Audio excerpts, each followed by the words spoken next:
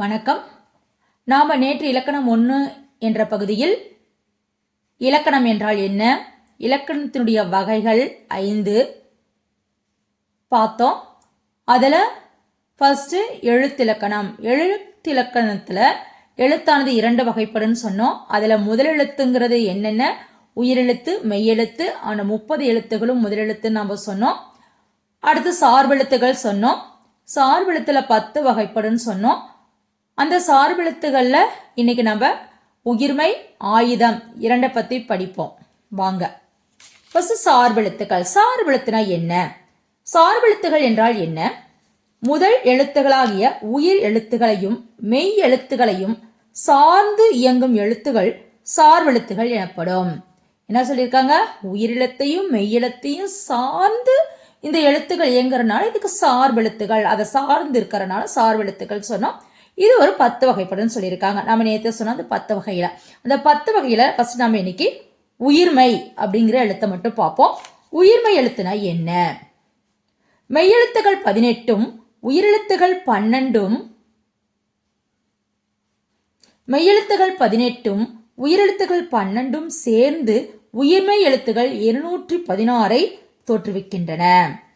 அப்ப உயிர்மை எழுத்து என்பது உயிரையும் மெய்யையும் சார்ந்து வருவதால் உயிர்மை எழுத்து எனப்படும். ஏன் உயிர்மை எழுத்துன்னு பேர் வச்சிருக்கோம்?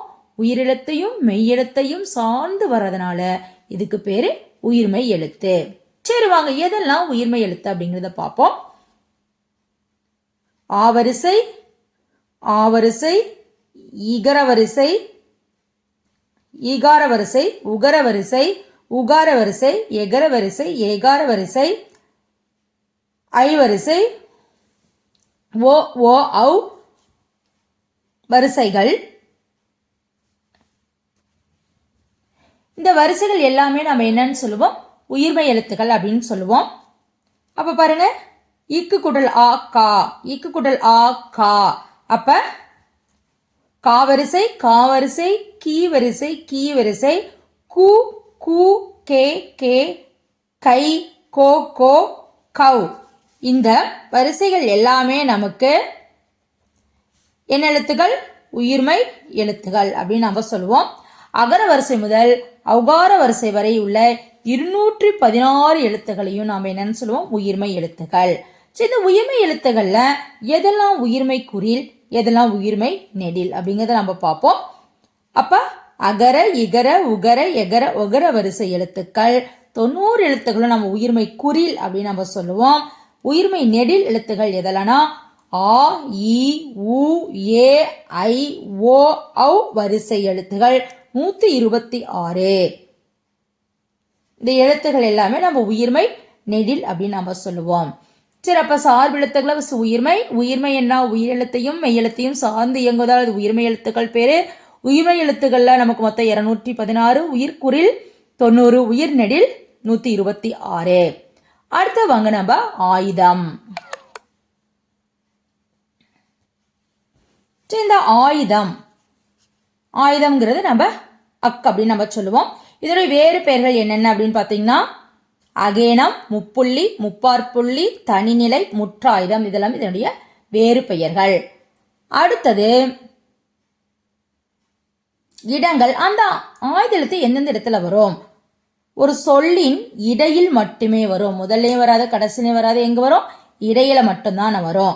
அவ்வெழுத்துக்கும் அக்குக்கும் முன்னாடி, அந்த ஆயுத எழுத்துக்கு முன்னாடி ஒரு குறிலும் அதன் பின் வல்லின உயிர்மெய்யும் கசட தவற அதனுடைய உயிர்மெய்யும் வரும் அப்படின்னு நமக்கு சொல்லியிருக்காங்க. எடுத்துக்காட்டு பாருங்க. அஃது, ஆங்கிறது குறில், நடுவுல ஆயுத எழுத்து, அடுத்தது வல்லின உயிர்மை எழுத்து. எப்பவுமே நடுவுல மட்டும்தான் வரும். எப்பவுமே அதுக்கு முன்னாடி ஒரு குறில் வரும், பின்னாடி கசட தவற தான் உயிர்மை தான் வரும். ஓகே, அடுத்து பிறப்பிடம். இந்த ஆயுத எழுத்து எங்க பிறக்குது அப்படின்னு பாத்தீங்க அப்படின்னா ஆயுதம் தலையை இடமாக கொண்டு பிறக்கும். அக் அப்படின்னு சொன்னோம்னா நமக்கு தலையில இருந்து பிறக்கும். எடுத்துக்காட்டு எஃகு, கஃது, அஃது இதெல்லாமே. அப்ப நம்ம இன்னைக்கு உயிர்மை ஆயுதம் பார்த்தோம். நாளைக்கு அடுத்த பகுதியில் நம்ம என்ன பார்க்கலாம் அப்படின்னா முதலெழுத்துக்கள், உயிரெழுத்துக்கள், மெய்யெழுத்துக்கள் பிறப்பிடம் என்ன அப்படிங்கிறத நாம அடுத்த பாடத்தில் நம்ம பார்ப்போம். தேங்க்யூ.